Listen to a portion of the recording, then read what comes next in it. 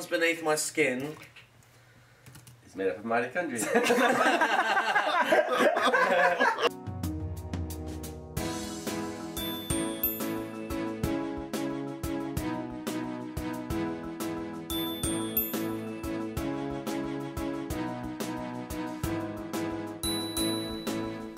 The concept for Lucy's Bedtime was developed because I wanted to develop a film which tackled meaningful issues, but I also wanted to make it accessible for the whole family. So the young ones can watch it and they'll get, you know, they'll see the fantastical scenery and the fun setup, but the older ones will also get something a bit more meaningful from it, and they'll get a bit more of an understanding behind the premise of the film and the meaning of what Lucy goes through with her dad, and tackle some serious issues as well as just all being fun and games.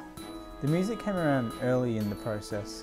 I knew pretty early on that I was going to do another musical, and that meant bringing Paul Harris back, who did the music for my last musical. In addition to this, I also knew the lyrics had to be written, so I brought on two mates of mine who've worked in various different roles in my past films. One was Brett Hicks and also Chris Farron. Both of those also had a music background, so I brought them on board to write the lyrics for the film. I know that Dana had liked the music in one of his films prior to that, which I'd composed, and he did an amazing job. I loved it. So I was very excited to work on this one and actually, you know, have the chance to get some songs heard again and people hopefully enjoy them. And then when we got together with Chris and Brett and Dana, and we were just coming through with the ideas, what he wanted for the scene, and showed us some examples, and it sort of just came from there. We just sort of tried to get the vibe of the scene and the emotion and what was needed with the characters, and then sort of just went from there. And then the lyrics sort of, it all gelled, you know, get a bit of music and then the lyrics would sort of take it somewhere else, and then it became one cohesive end result, which was, yeah, it was a great experience. Love writing lyrics, love being able to be creative with the lyrics, and when we all get together, when myself, Dana, Paul and Chris all get together and start collaborating on the music and lyrics for the songs, it's a lot of fun, and it's amazing how quickly we can actually put a song together and just refine it until we come up with something that we believe is absolutely fantastic. Lands near and far away, which was a bit jumpy and awkward, isn't it? So. Yeah, so we'll take out the near, put so. Yep, so take out the near, yep. Yeah, now you just put it in there. Yeah, reaching it out. That's right. It lands so far, but that sounds that flows much better. It flows would soothe and comfort me. I'd hang on every word you'd say. Yeah, exactly. Yeah. Okay. Yeah, we're really blown away by the music. Some of the songs were just so catchy. We ended up singing them to ourselves as we were driving away and through the week. And certainly, you know, that song Dreams really tugs at the heartstrings. Will I cope when day arrives without you by my side? You are my hope, you are my As Taylor's father, just imagining that scene and the impact of that song, I think it's a great song, and I was really proud of the effort she put in trying to make that song come to life.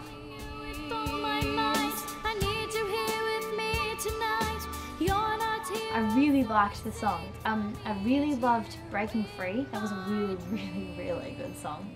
When life takes a turn and you're feeling the burn and you're lost on the road, when you're fighting the tide, there's nowhere to hide. That's how life goes. Break free of these heavy chains, run right through their fiery rain. There's a force that runs beneath your skin. There's a storm tonight and you're going in. During this process, I realised early on that I needed to have someone dedicated to working on the vocals with the singers.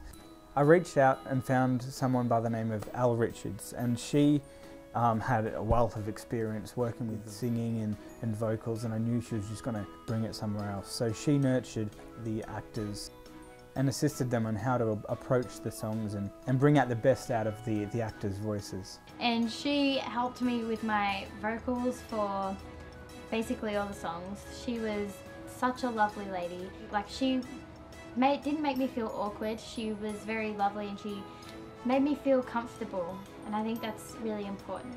With your mind. Alright, so that's very similar to that first verse. So how are we going to make that? his second verse different to that first verse? I also knew early on to be able to make these songs as dynamic and vibrant as possible, I had to bring on some choirs.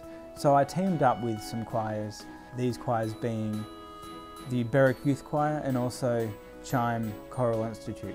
And with both of these choirs, we created some spectacular vocals to add to the songs, and it just took it to a whole new level. When the lights hit to turn and you're feeling the burn and you're lost on the road, when you're fighting the tide and there's nowhere to hide, that's how... Once the songs were written, we needed to get them orchestrated.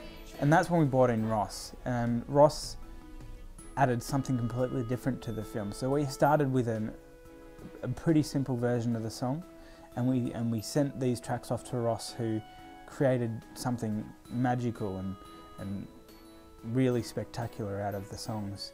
My musical tastes are fairly eclectic. Taking all those sort of influences and putting it together for Lucy's Bedtime was absolutely amazing.